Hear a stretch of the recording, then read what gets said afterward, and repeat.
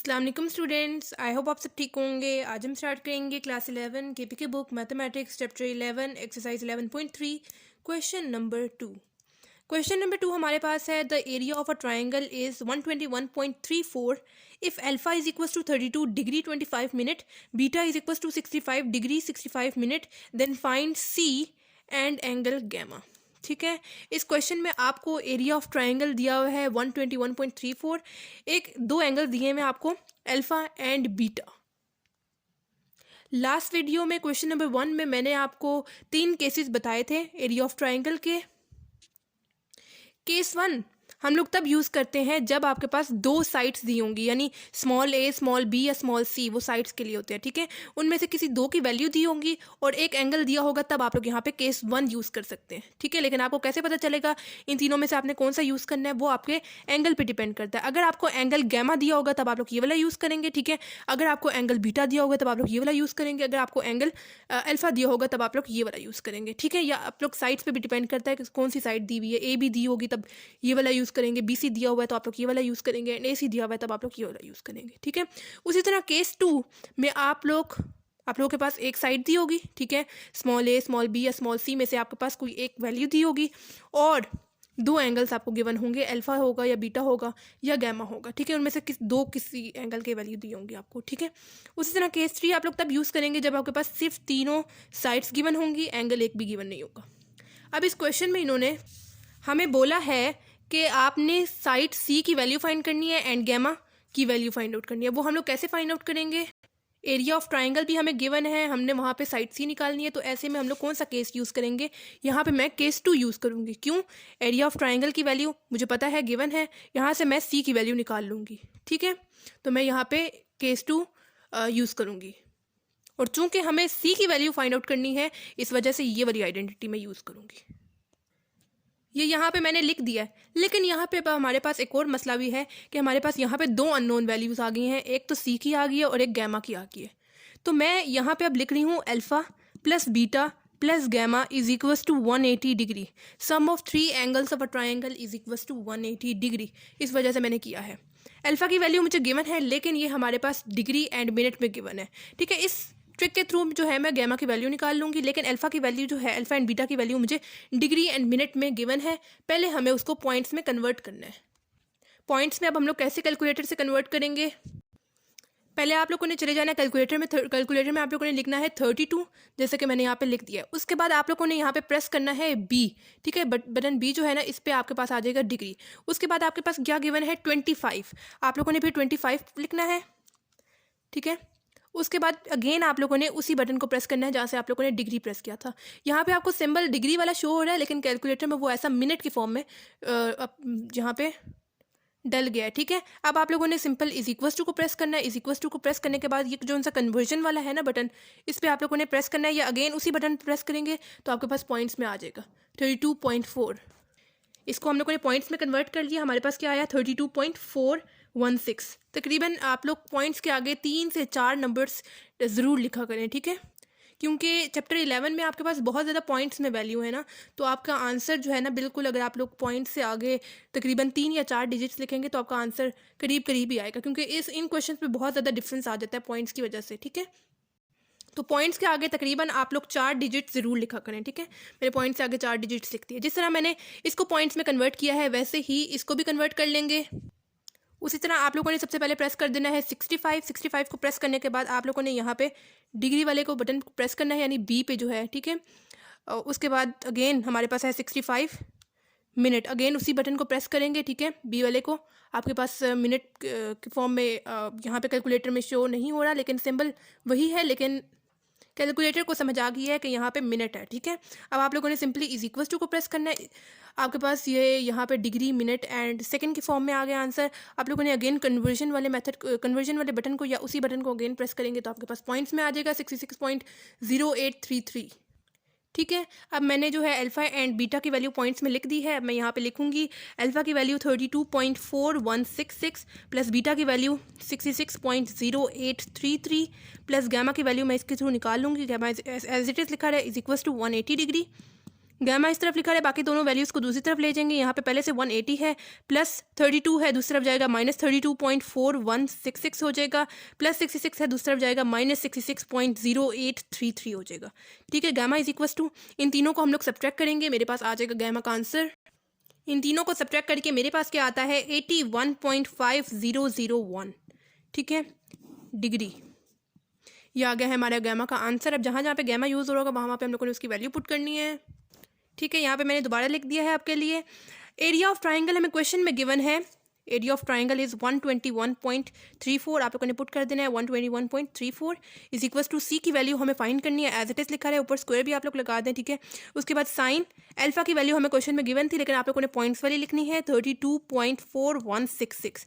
ठीक है, उसके बाद साइन बीटा की वैल्यू भी हमें क्वेश्चन में गिवन है 66.0833।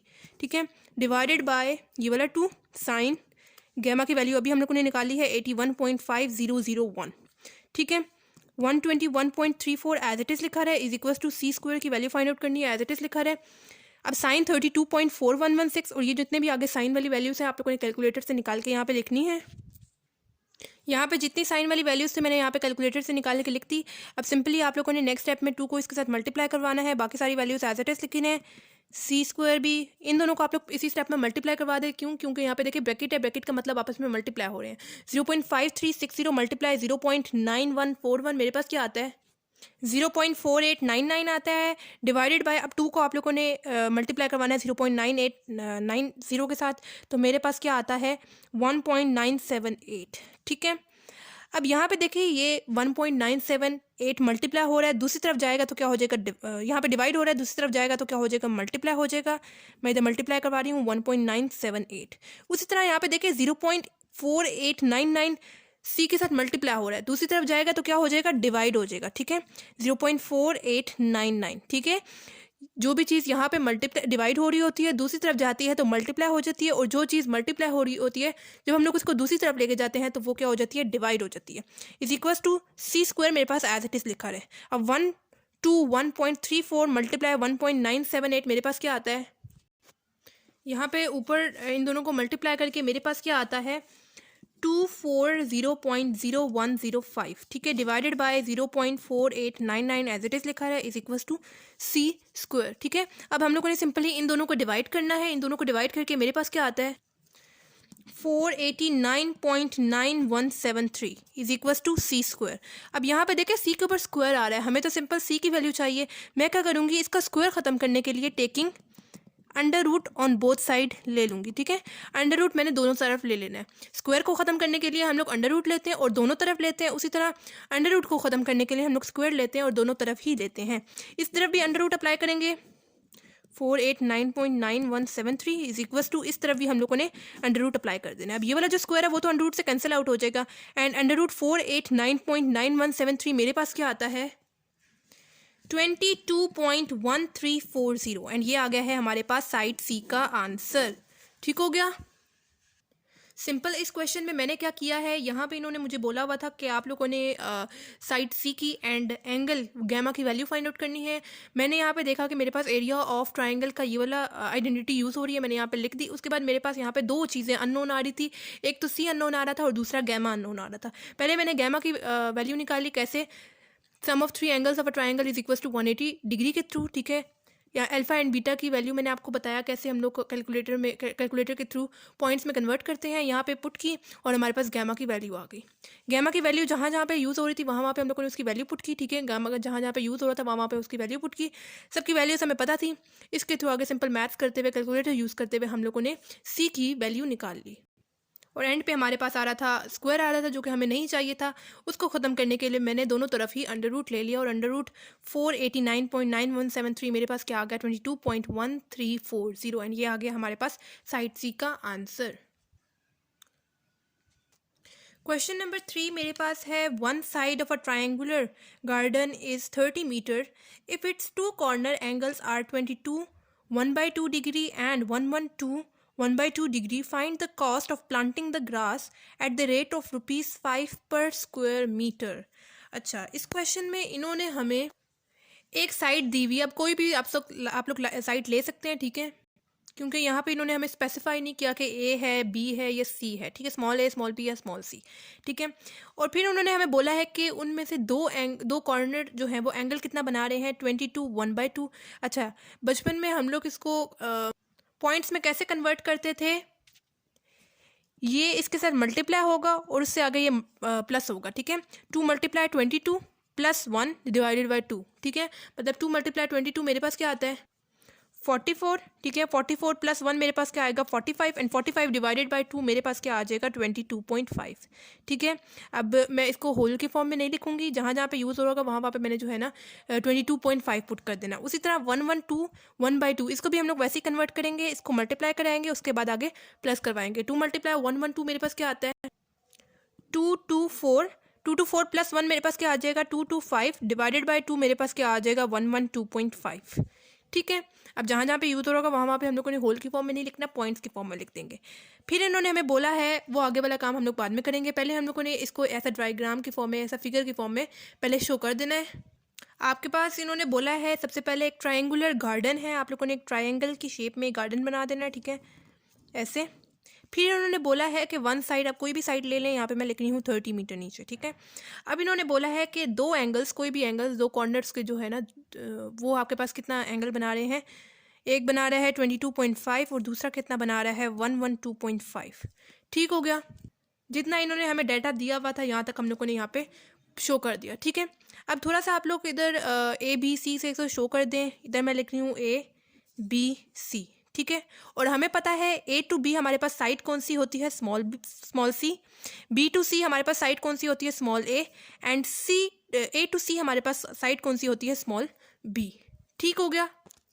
और ए पे एंगल हमारे पास क्या कौन सा होता है, अल्फा, बी पे हमारे पास एंगल कौन सा होता है, बीटा, एंड सी पे हमारे पास एंगल कौन सा होता है, गैमा। अब हमारे पास क्या क्या डाटा गिवन है, बीटा की वैल्यू गिवन है, गैमा की वैल्यू गिवन है, एंड हमारे पास साइड ए गिवन है, ठीक है।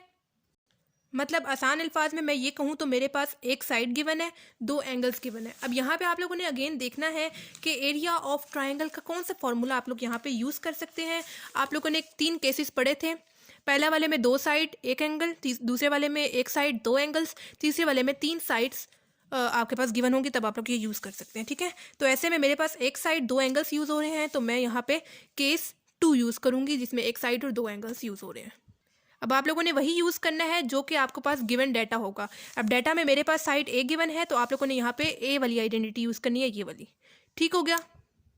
यहाँ पे मैंने लिख दिया है, लेकिन यहाँ पे हमारे पास दोबारा वही मसला आ रहा है कि आपके पास 2 वैल्यूज़ जो हैं वो अननोन आ रही हैं, सॉरी 2 वैल्यूज़ आपके पास अननोन है। एक तो आपके पास एरिया ऑफ ट्रायंगल आप लोगों ने फाइंड आउट करना है, दूसरा आपके पास जो है वो अल्फ़ा की वैल्यू नहीं गिवन, ठीक है। तो वो आप लोग कैसे निकालेंगे, alpha plus beta plus gamma is equals to 180 degree, sum of 3 angles of a triangle is equals to 180 degree. इस वजह से मैंने यहाँ पे लिखा है। अल्फा की वैल्यू नहीं पता, आप लोग एज इट इज लिखा रहे अल्फा, प्लस बीटा की वैल्यू आपको गिवन है 22.5, प्लस गैमा की वैल्यू भी आपको गिवन है 112.5 is equals to 180 degree. Alpha इस तरफ लिखा है, बाकी दोनों वैल्यूज़ को दूसरी तरफ ले जाएंगे। पहले से वहाँ पे 180 है, प्लस 22.5 है, दूसरी तरफ जाएगा माइनस 22.5 है, प्लस है दूसरी तरफ जाएगा तो माइनस 112.5 हो जाएगा। 180 माइनस 22.5 माइनस 112.5 मेरे पास क्या आता है, 45, ठीक है। अल्फा का आंसर मेरे पास क्या आ गया है, 45 डिग्री। अब जहाँ जहाँ पे अल्फा यूज़ होगा वहाँ वहाँ पे मैंने उसकी वैल्यू पुट करनी है 45 डिग्री। यहाँ पे मैंने आपके लिए दोबारा लिख दिया है, जो डाटा हमें गिवन था मैंने एक साइड पे लिख दिया है। अब सिंपल पुट करना है, ट्रायंगल इज इक्वल्स टू ए की जगह हम लोगों ने पुट करना है उसका साइड जो कि हमें गिवन था 30, ऊपर आप लोगों ने स्क्वायर अप्लाई कर देना है जैसा कि स्क्वायर यूज़ हो रहा है। साइन बीटा की जगह हम लोग उसकी वैल्यू पुट करेंगे 22.5, साइन गैमा की जगह उसकी वैल्यू पुट करेंगे 112.5 डिवाइडेड बाय 2, साइन अल्फा की जगह उसकी वैल्यू पुट करेंगे 45 डिग्री, ठीक है। अब ट्राइंगल इज इक्वल्स टू 30 का स्क्वायर मेरे पास क्या आता है 900, और बाकी भी आप लोगों ने सिंपल कैलकुलेटर से वैल्यू निकालनी है, साइन 22.5 की, साइन 112.5 की एंड साइन 45 की, और यहाँ पे लिख देनी है। और याद रहे आप लोगों ने पॉइंट से आगे तकरीबन 4 वैल्यूज़ ज़रूर लिखनी है, 4 डिजिट ज़रूर लिखने हैं, क्योंकि पॉइंट्स में बहुत ज़्यादा आपके पास डिफरेंस आ जाता है आंसर में, ठीक है। तो बिल्कुल एग्जैक्ट या करीब करीब आंसर के लिए आप लोगों ने तकरीबन डिजिट्स के आगे 4 या 5 नंबर ज़रूर लिखने हैं, ठीक है। मैंने यहाँ पे कैलकुलेटर से वैल्यू निकालते हुए सब वैल्यूज़ यहाँ पे लिख दी हैं और आप लोग देख सकते हैं तकरीबन मैंने डिजिट्स के आगे 4 वैल्यूज़ सब में लिखी हैं, ठीक है। अब आप लोगों ने यहाँ पे देखें ऊपर नोमिनेटर में आपके पास ब्रैकेट यूज़ हो रही हैं, मतलब ये तीनों नंबर्स आपस में मल्टीप्लाई हो रहे हैं। आप लोगों ने सिंपल इनको मल्टीप्लाई करवा देना है। इन तीनों को मल्टीप्लाई करवा के मेरे पास क्या आता है 318.1012 डिवाइडेड बाय 2 को मल्टीप्लाई करवाएंगे 0.70171 के साथ, तो मेरे पास क्या आता है 1.4142, ठीक है। ट्राइंगल इज इक्वल टू, अब सिंपली हम लोगों ने इन दोनों को डिवाइड करना है। 318.1012 डिवाइडेड बाय 1.4142 मेरे पास क्या आता है, इन दोनों को डिवाइड करके मेरे पास क्या आता है 224.9336, ठीक है। एंड ये मेरे पास आ गया है ट्राइंगल का आंसर। यहाँ तक सॉल्व करने के बाद अब आप लोगों ने वापस क्वेश्चन पे जाना है। ये जो उनसा आगे वाला पार्ट है, find the cost of planting the grass at the rate of 5 पर स्क्वायर मीटर, मतलब जो आपके पास एरिया ऑफ ट्राइंगल का आंसर आया है उसको आप लोगों ने सिंपली मल्टीप्लाई करवा देना है 5 के साथ, मतलब 5 पर स्क्वायर मीटर के हिसाब से फिर आपके पास आ जाएगा उसका आंसर।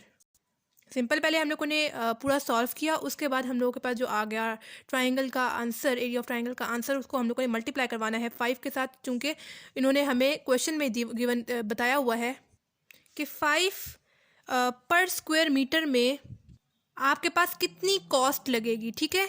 कितनी कॉस्ट लगेगी आप लोगों ने सिंपली क्या करना है, एरिया ऑफ ट्राइंगल कितना एरिया आपको निकाला है उसको आप लोगों ने मल्टीप्लाई कर देना है पर स्क्वायर मीटर के साथ, जो कि आपको क्वेश्चन में गिवन है 5, ठीक है। मल्टीप्लाई करवाएंगे 5 के साथ तो आपके पास क्या आंसर आता है 1124.663। बेशक आप लोग इसको राउंड ऑफ कर लें एंड ये आ गया है हमारे पास आंसर, ठीक है। इतनी कॉस्ट हमारे पास लगेगी, इतनी कीमत हमारे पास लगेगी अगर हम लोग प्लांट्स को उगाते हैं ₹5 पर मीटर स्क्वायर के रेट पे, ठीक हो गया। क्वेश्चन नंबर 4 है, a new home owner has a triangular shape backyard, 2 of the 3 side measure 53 foot and 42 foot and form an included angle of 135 degree. To determine the amount of fertilizer and grass seed to be purchased, the owner has to know the area of the yard. Find the area of yard to the nearest square foot. Question देख के आपने घबराना नहीं है, बहुत जो है छोटा सा एंड आसान सा क्वेश्चन है, ठीक है। ये नेक्स्ट ही पेज में आपके पास डायग्राम भी दी हुई है, सब चीज़ें आपको गिवन है, डायग्राम आपको बनी हुई थी आपके बुक में नेक्स्ट पेज पे, ठीक है। आप लोगों ने लेबल भी आप लोगों ने जो है इस की हुई थी, आपके बुक में लेबल की हुई थी। अब आप लोगों ने साइट्स को यहाँ पे लिख देना है, शो कर देना है। हमें पता है A to B हमारे पास साइट कौन सी होती है small c, A to C हमारे पास साइट कौन सी होती है small B, and C to B हमारे पास या B to C आपके पास साइट कौन सी होती है स्मॉल A पे हमारे पास एंगल होता है अल्फ़ा का, B पे होता है बीटा का एंड C पे होता है गैमा का। हमें जो चीज़ इस क्वेश्चन में फाइंड करनी है वो सिर्फ ये इतनी सी चीज़ फाइंड करनी है, कितना ऊपर से एरिया है। वो पहले यहाँ पे पूरा एरिया फाइंड आउट करना चाहता है, फिर उसके अकॉर्डिंग जो है वो अपने सीड्स वगैरह जो है वो ख़रीदना चाहता है। पहले आप लोगों ने जो सा है सिर्फ आप लोगों ने यहाँ पे इसका एरिया फाइंड आउट करना है, यानी साइड ए फाइंड आउट करनी है, ठीक है। तो एरिया ऑफ ट्राइंगल का आप लोग कौन सा केस यूज़ करेंगे, यहाँ पे 3 केसेस हमने पढ़े हैं। केस 1 में 2 साइड्स एंड 1 एंगल गिवन होगा तब आप लोग ये यूज़ करेंगे। केस 2 में 1 साइड एंड 2 एंगल्स गिवन होगा तब आप लोग यूज़ करेंगे। एंड केस 3 में सिर्फ 3 साइड्स गिवन होंगी तब आप लोग ये यूज़ कर सकते हैं। तो ऐसे में इस क्वेश्चन में हमारे पास 2 साइड्स गिवन है और 1 एंगल गिवन है, मतलब हम लोग यहाँ पे केस 1 यूज़ करेंगे। लेकिन हमें कैसे पता चलेगा कौन सी आइडेंटिटी इन तीनों में से यूज़ करें। आप लोगों ने देखना है आपको पास जो साइड्स गिवन है या जो एंगल आपके पास गिवन है। एंगल हमारे पास अल्फ़ा गिवन है, तो ऐसे में मेरे पास ये वाली यूज़ हो रही है जिसमें हमारे पास साइड बी भी गिवन है एंड साइड सी भी हमारे पास गिवन है, तो हम लोग ये वाली आइडेंटिटी यूज़ करेंगे। सब वैल्यूज़ आपके पास गिवन है, आप लोगों ने सिंपल पुट करनी है। ट्राइंगल एज इट इज लिखा है इज इक्वल टू 1/2, बी की वैल्यू हमें गिवन है 42, सी की वैल्यू भी हमें गिवन है 53, साइन अल्फा की वैल्यू भी मुझे गिवन है 135 डिग्री।